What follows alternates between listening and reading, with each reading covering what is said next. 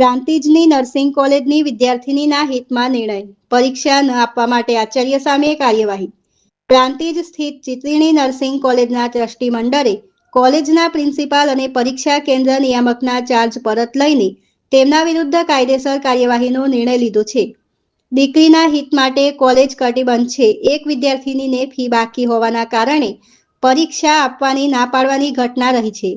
આ ઘટનાનો video social media ઉપર વાયરલ થતા ટ્રસ્ટી મંડળે તાત્કાલિક આચાર્ય વિરુદ્ધ કડક પગલાં ભર્યા હતા.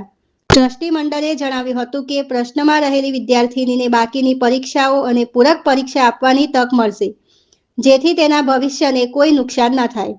વિદ્યાર્થિનીના હિતને ધ્યાનમાં રાખીને આ નિર્ણય લેવામાં આવ્યો છે.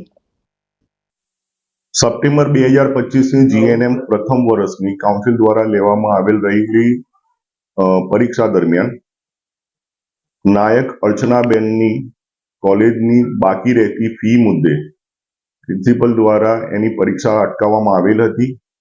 જે બાબતની અમને સોશિયલ મીડિયાના માધ્યમથી જાણ થયેલ. તે સમયે જ્યારે આ બનાવ બનેલો એ સમય દરમિયાન અમે બહાર હતા.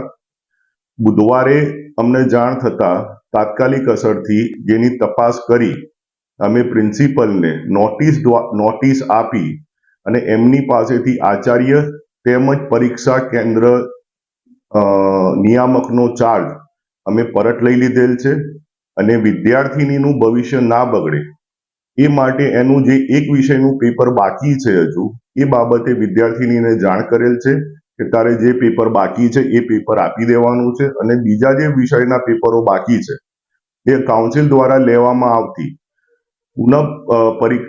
પૂરક પરીક્ષા એ સમય દરમિયાન એ વિદ્યાર્થીના બાકીના વિષયના પેપરો અપાઈ જાય અને જે બાબતે આ વિદ્યાર્થીનું ભવિષ્ય નહીં બગડે અને આગળ એનું વર્ષ પણ નહીં બગડે એ બાબતે એને સહકાર આપી અને એ રીતે વિદ્યાર્થીના હિતમાં છીએ અને ભવિષ્યમાં કોઈ પણ પ્રકારની કોઈ પણ વિદ્યાર્થીને ફીને લગતે કોઈ પણ પ્રશ્ન હોય તો એ બાબતે કદી કોઈ વિદ્યાર્થીને કનડગત ના થાય કે હેરાનગતિ ન થાય તે બાબતે અમે પૂરતી તકેદારી રાખીશું.